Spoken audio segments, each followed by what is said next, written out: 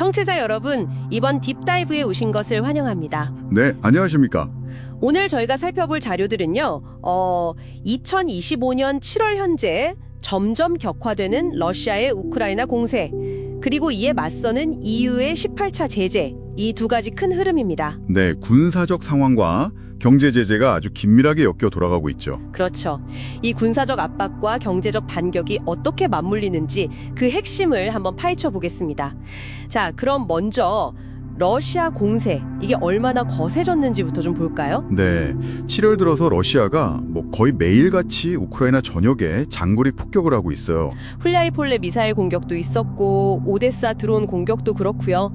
민간인 피해나 시설 손상이 계속 나오고 있죠. 맞아요. 특히 지난 6월 민간인 사상자 수가 자료를 보면 3년 만에 최고치였다고 하죠. 네, 이게 주로 장거리 미사일이랑 그 배회 폭탄이라고 하죠. 목표 상공을 이렇게 돌다가 공격하는. 네, 소형 자폭 드론 같은 건데요. 이 사용이 급증한 탓이라는 분석입니다. 근데 여기서 좀 주목해야 할 점은 이게 단순한 오폭이라기보다는 의도된 전략이라는 해석이 많다는 거예요. 아, 의도된 전략이다. 네, 광범위하게 피해를 줘서 우크라이나의 항전 의지를 꺾고 또 방어 능력 자체를 소진시키려는 거죠. 특히 미사일, 배회 폭탄, 그리고 그 활공 폭탄 있잖아요. 목표 근처까지 날아가서 정밀 타격하는 거. 네네. 이런 장거리 무기 사용이 늘어난다는 건 러시아가 우크라이나 방공망에 어느 정도 적응하면서 원거리 타격에 더 의존하고 있다. 이렇게 볼 수 있는 거죠. 흥미로운 지점이네요.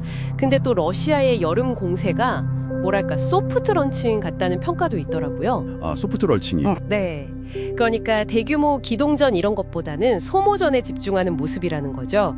오토바이나 개조 차량 같은 걸로 소규모 침투조를 보내고 드론이나 활공폭탄, 포병 기원을 결합하는 방식. 맞아요. 그래서 하르키오나 수미 쪽에서 국지적으로는 조금씩 진전이 있다고는 하는데 전체 영토 점령 면에서는 사실 큰 변화는 없다는 분석이고요.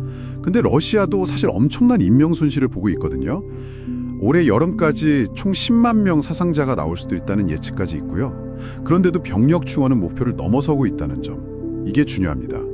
결국 이 비싼 소모전을 계속한다는 건 결정적인 돌파, 이런 것보다는 우크라이나의 인적, 물적 자원을 고갈시키려는 장기적인 목표가 있는 게 아니냐. 아, 그런 해석이 가능하군요. 네. 그리고 대규모 기계화 부대 운용은 좀 어려워하니까 대신에 즉석에서 만든 차량을 쓴다든지 이런 실용적인 방식으로 전술적으로 적응하고 있는 거고요. 자, 그럼 이런 군사적 압박에 맞서서 유럽은 어떻게 대응하고 있나?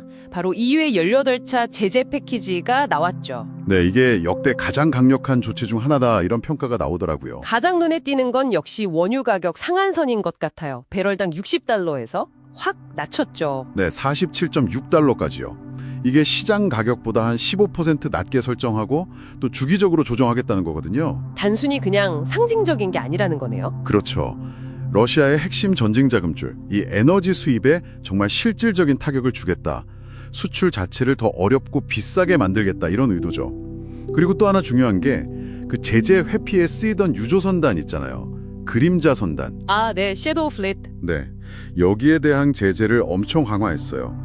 선박 100척 이상 추가하고 이번엔 처음으로 선장이나 선박 등록 운영자 같은 개인까지 제재 대상에 넣었어요. 그 외에도 러시아 주요 은행들 추가 제재하고 국부판드 관련 거래도 전면 금지하고. 네, 그리고 무기 생산에 쓰일 수 있는 CNC 공작기계 같은 첨단 기술 수출 통제도 강화했고요. 아, 그 제3국 통해서 러시아산 원유 정제 제품 우회 수입하는 거. 정유소 허점 차단 조항도 들어갔죠. 네, 특히 인도 나야라 에너지 같은 기업을 겨냥한 걸로 보이는데 이것도 상당히 중요합니다.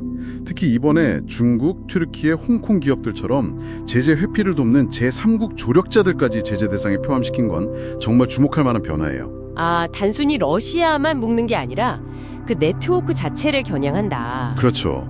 제재 회피 네트워크 자체를 와해시키려는 시도인 거죠. 처음에 슬로바키아가 좀 반대해서 시간이 걸리긴 했지만 결국 합의한 걸 보면 EU 내부의 어려움에도 불구하고 단결 의지는 보여준 셈이고요. 그럼 이 모든 조치들이 러시아 경제에는 실제 어떤 영향을 주고 있을까요? 크레밀린은 괜찮다, 면역력 생겼다 이렇게 주장한다지만요. 글쎄요. 숫자를 보면 좀 다른 것 같아요. GDP의 7%가 넘는 엄청난 군비를 높은 이자율로 빚내서 메우고 있고 네. 예산 적자도 벌써 연간 목표치에 거의 다다랐다고 하죠. 에너지 수입은 줄고 있고 경제는 역성장했고요. 국부펀드 고갈 시점까지 얘기가 나올 정도니까요. 맞습니다.